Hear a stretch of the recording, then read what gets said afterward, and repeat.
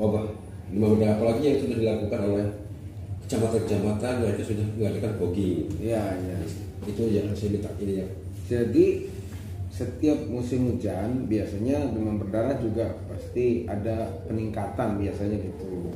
Kecuali tahun 2021-20 kemarin ada penurunan mungkin karena tertutup sama kasus-kasus COVID. Nah, kemungkinan. Nah, yang dilakukan pencegahannya sama seperti dulu. Pemberantasan sarang nyamuk dengan 3M+. Menutup, mengubur, menguras itu bak tempat penampungan air dikuras, dibersihkan, terus yang tempat penampungan itu ditutup, dikuras juga bak mandinya, seperti itulah, sama dengan penanganan yang sebelumnya. Tinggal itu dilaksanakan oleh masyarakat serentak, gotong royong, intinya itu. Nah, itu untuk pencegahannya. Kemudian kalau terkait dengan fogging, jadi fogging ini nggak serta-merta ada kasus langsung dilakukan fogging, tapi memang harus dipastikan dulu memang ini demam berdarah atau bukan.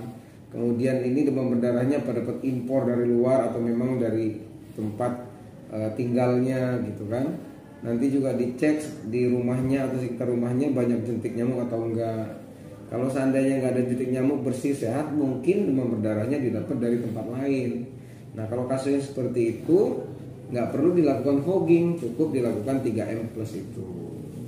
Tapi masalah itu sudah ada temuan itu sama dengan penyakit virus umumnya sebetulnya.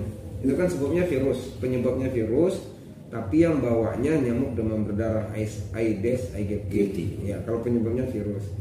Tandanya demam 2-7 hari.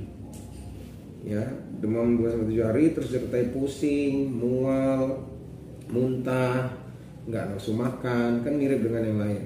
Tapi nanti perlu diperiksa pemeriksaan lab, perlu diperiksa trombosit, perlu diperiksa hematokritnya untuk memastikan kalau memang benar-benar demam berdarah. Jadi kalau tanda secara umum sama kayak batuk pilek, ada demamnya, terus ada mual gitu kan, nggak nafsu makan, itu mirip dengan penyakit lainnya.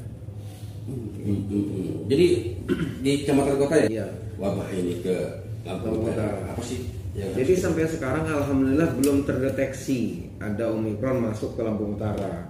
Jadi yang perlu kita lakukan sama seperti varian yang lain, pencegahannya kita tetap melaksanakan protokol kesehatan, ya prokes dengan 3M juga kan.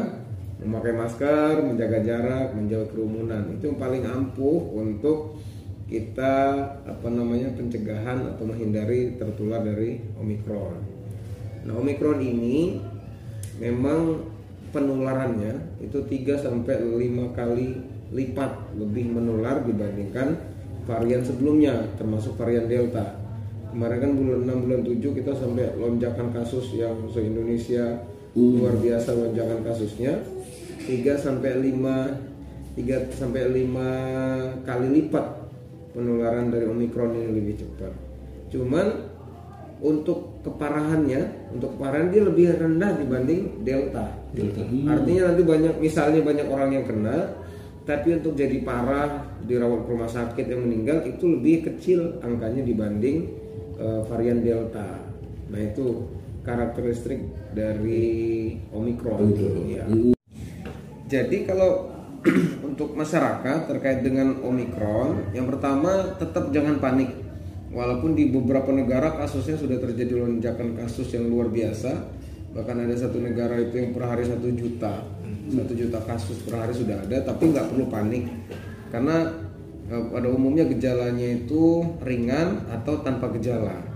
Tapi yang perlu dilakukan tadi 3M, menggunakan masker, menjaga jarak 1-1,5 meter, kemudian menjaga kerumunan. Nah, dengan cara itu mudah-mudahan kita bisa terhindar dari Omikron. Dan jangan lupa juga untuk vaksinasi.